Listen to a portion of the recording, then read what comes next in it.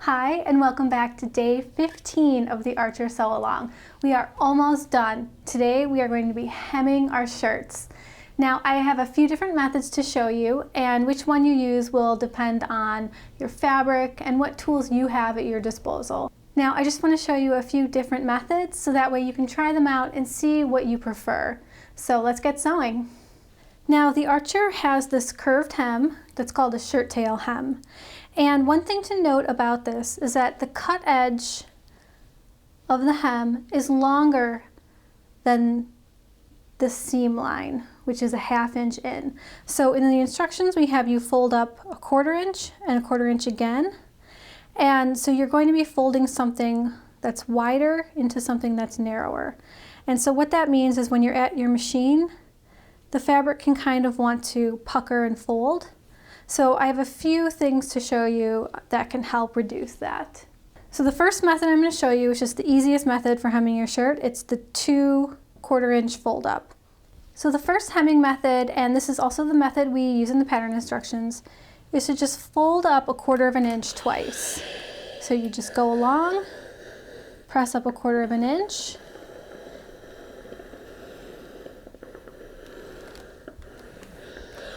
and you can see here where it's wider, it's sort of puckering, and then you do that again. And the second fold is where you really start to notice the pucker. So here you can see there's a small gather right there. But you can easily get those out at your machine. If you are not good at folding up a consistent 1/4 inch, one thing you can do is go over to your machine and sew a 1/4 inch from the edge. So I'll do that now to demo. So here we are at the machine, and I have a 1/4 inch foot on. So you're just going to run a stitch.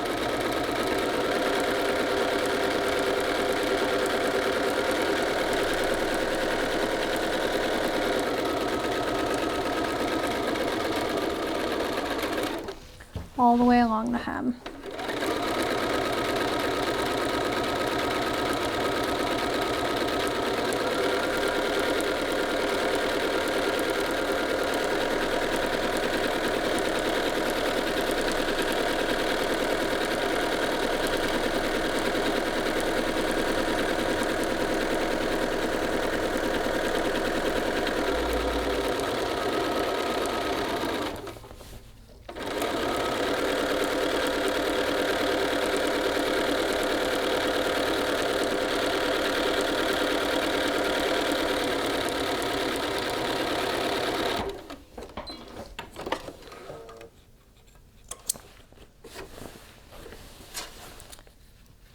Now head back over to your ironing board. All right, now that we have the stitch line, you can easily just fold up a 1/4 inch and you don't have to worry about measuring.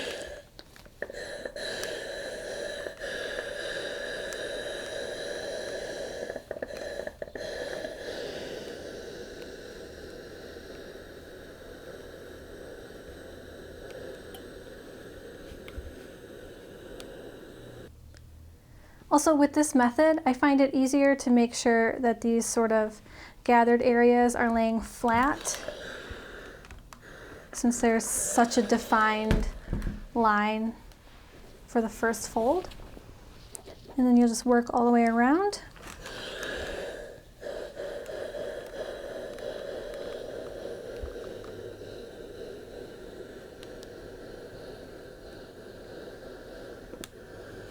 Careful not to burn your fingers.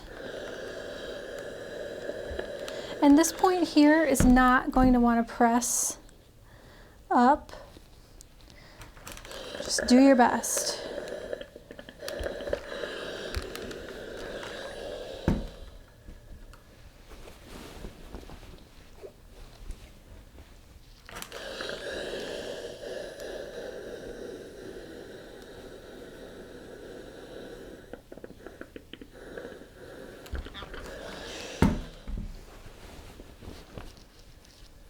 Now here you can see it's kind of wanting to not turn because of the extra length along the cut edge.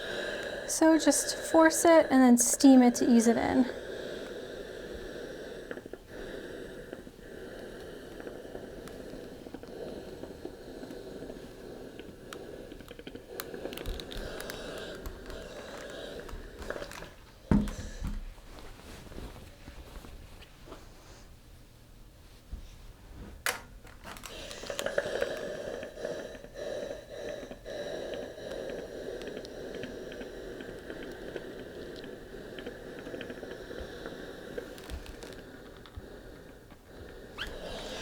All right, so now that the first press is done, we go back to where we started. And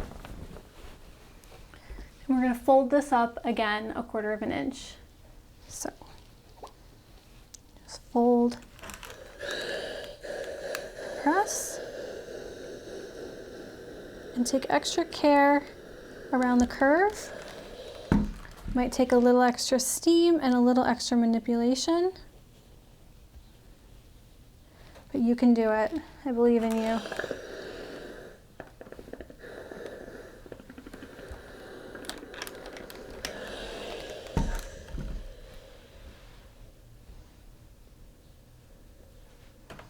And you can see how I'm kind of just doing little micro adjustments here and there. That looks pretty good. So I am going to just stick a few pins in.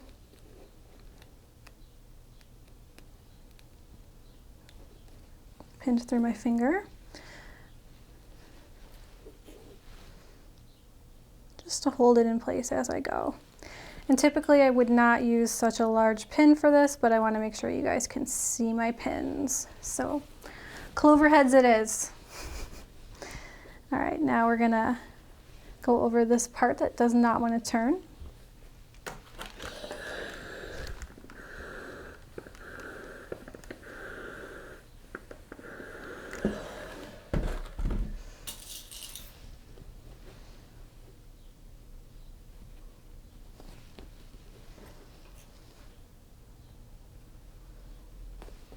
And it's going to be really hard to get this to be exactly 1/4 of an inch just because of the turn. You could clip in if you want. I never do. That's completely up to you. But if it's like a 1/16 of an inch narrower stitching than here, nobody's going to notice. And my motto is that's why we have arms, to hide all the side seam stuff. So feel free to adopt that as your motto as well. Just continue pressing, manipulating as you go.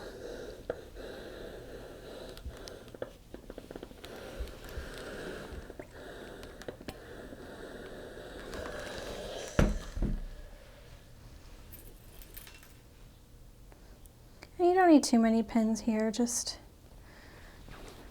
to keep the warm fabric in place on the curves.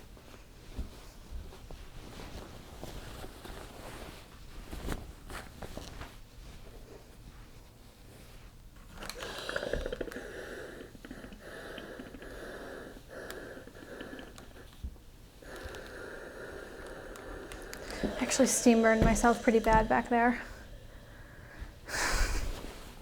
Highly recommend not doing that if possible. I feel like at this point my fingers don't feel like they should. I don't know, it's just so much steam.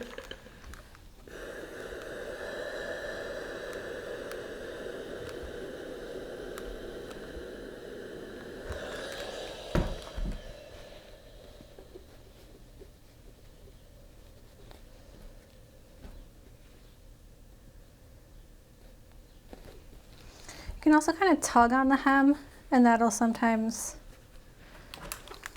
allow it to lay flatter, like I just did. Don't tug too hard, you don't want to stretch it out of shape, but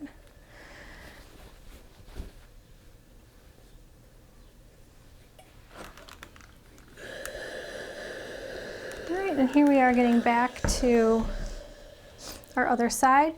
Now when you're doing this, make sure you're not just pressing over, and then this part ends up not aligning.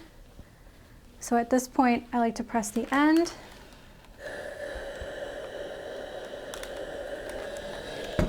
Get that aligned. And then come back to do the middle.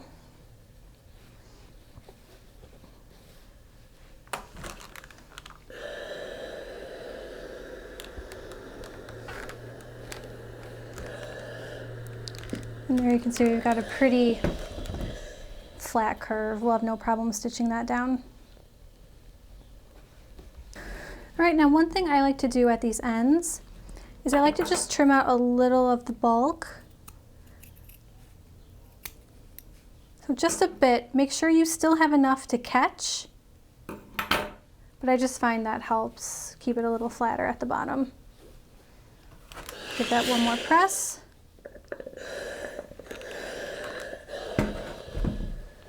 And do that to the other side. Then we're going to head over to the machine to sew along.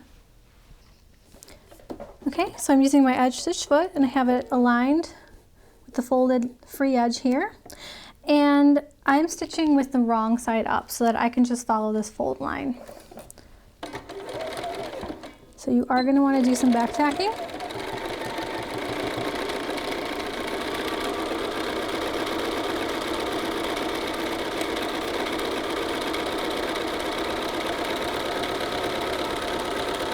Then just sew around your garment using your fingers to make sure that there aren't any puckers, tucks, any of that.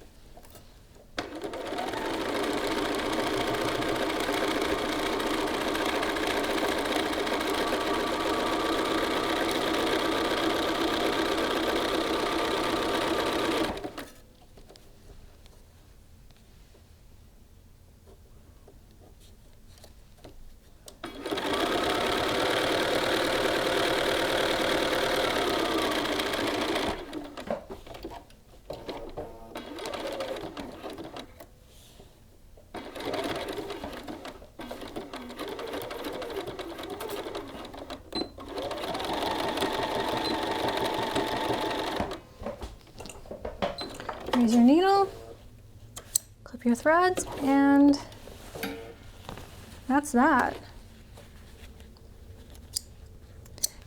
All right, now that that is stitched, I like to just go in and give it one more press. This will make sure everything's nice and flat for the button insertion, and also if anything's stretched, you can just ease it right back into shape.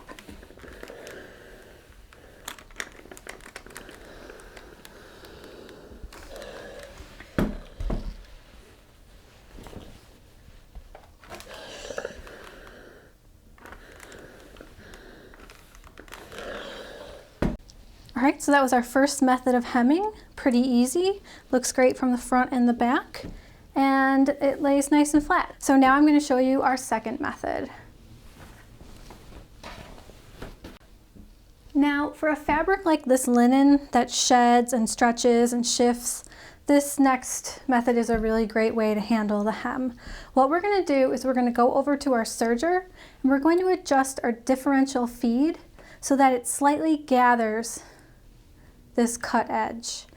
Now, since we're using a serger, this only works if you own a serger and if that serger has an adjustable differential feed.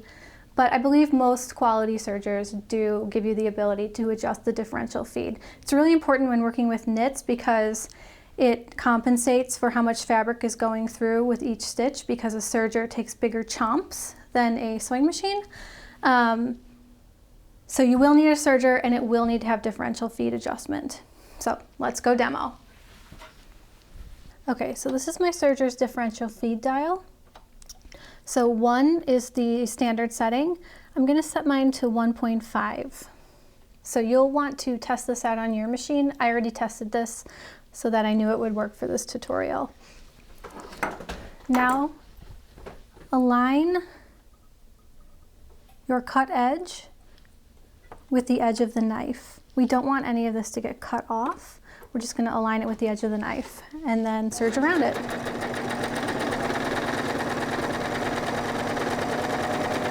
And you can see that it's starting to gather slightly behind the foot.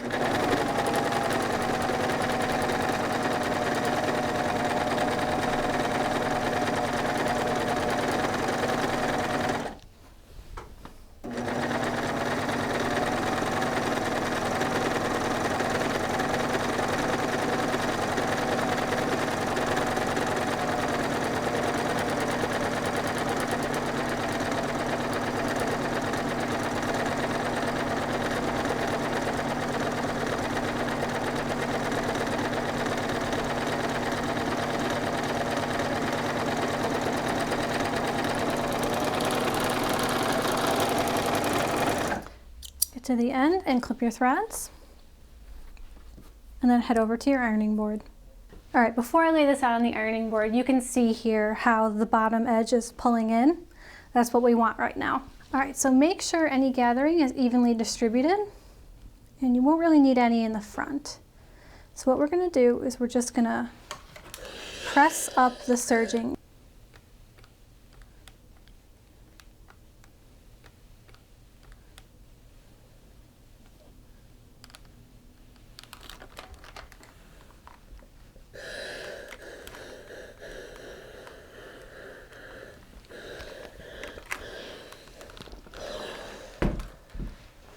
Now continue along.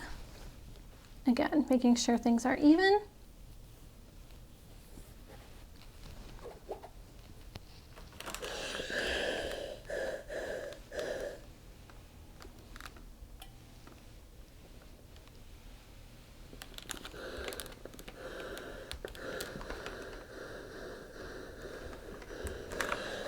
And you can see just how easily that's pressing up with no issues with small tucks or anything like that.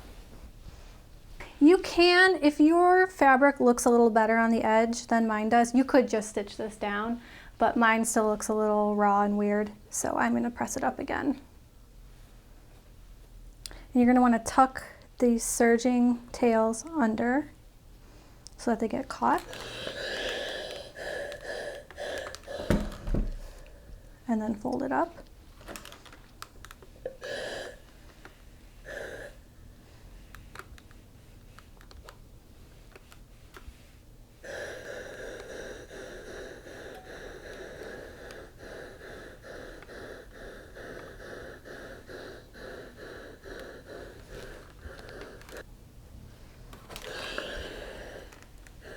So just slowly work your way around, and you can see how nice and flat this is laying. There's no puckering.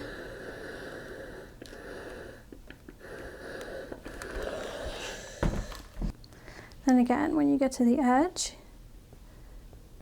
you're going to want to fold that up and just make sure it's nice and secure.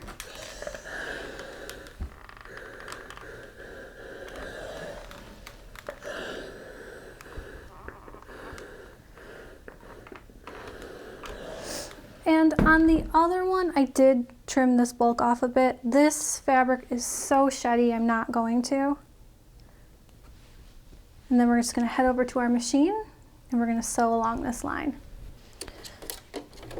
All right, we're using our edge stitch foot again. So just line the edge of the fold with the guide and start sewing.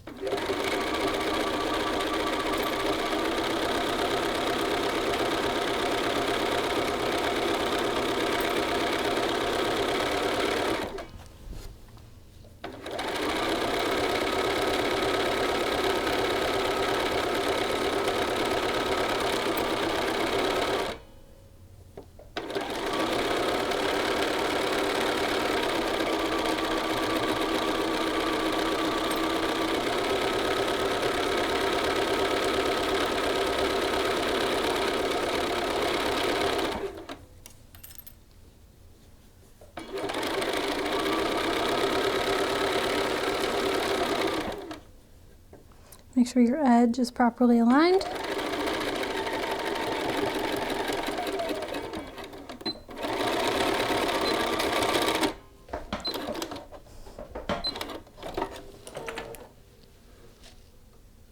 And once that's stitched down, go back over to your ironing board. And I just like to give everything a final press.